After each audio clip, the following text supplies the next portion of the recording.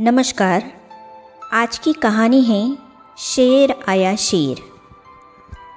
एक गांव में एक गरीब व्यक्ति था जिसको एक लड़का था। गांव के समीप भी एक जंगल था जिसमें से लकड़ी काटकर वह बेचता था। उसी से उसके परिवार का और उसका गुजर बसर चलता था। लड़का भी प्रतिदिन अपने पिता के साथ जंगल में जाता था। गांव के अन्य लोग भी जंगल में लकड़ी काटने आते थे। एक दिन लकड़ी काटते समय लड़के को कुछ मजाक करने की सूझी। उसने अचानक शेर शेर कह ऊंचे स्वर में आवाज़ लगाना शुरू कर दिया। उसकी आवाज़ सुनकर सभी लकड़हारे घबरा गए और उस लड़के के पास इकट्ठे हो गए। लड़के ने सबको घबराया हुआ देखकर पहले तो खूब मज़ा लिया और फिर हंसते हुए कहा कि मैंने तो मज़ाक किया था। यह सुन सभी पुनः अपने अपने काम में लग गए। दूसरे दिन लड़के ने फिर शरारत की और ज़ोर से शेर आया कहकर आवाज़ लगाई। सभी फिर से उसके पास दौड़कर आए। देखा तो आज भी लड़के ने मजाक ही किया था।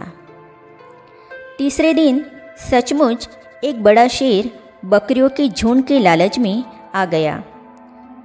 सच्चे शेर को देखकर लड़के के तो होश ही उड़ गए।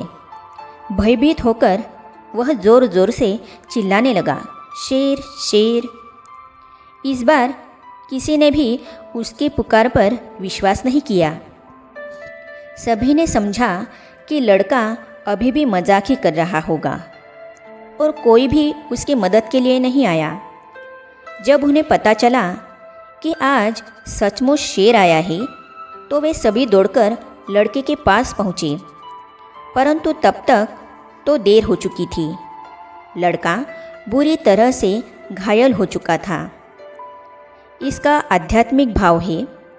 इस कहानी में यह शिक्षा दी गई है कि झूठ बोलना कितना खतरनाक हो सकता है, लेकिन परमपिता परमात्मा इस कहानी का मिसाल देकर एक चेतावनी प्रस्तुत करते हैं।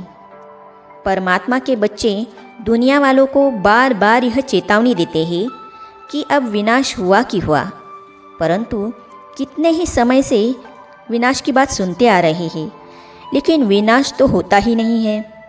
यह समझकर दुनिया वाले गाफिल और अलबेले हो जाते हैं और जब सचमुच विनाश होगा तब ज्ञान योग की शक्ति के अभाव में पश्चाताप के आंसू बहाने पड़ेंगे। जानते हुए भी हम कुछ नहीं कर सके, इस बात का गम होगा। ऐसे ही शिक्षाप्रद कहानियों के लिए इस चैनल को सब्सक्राइब कीजिए। मिलते हैं अगली कहानी में। धन्यवाद।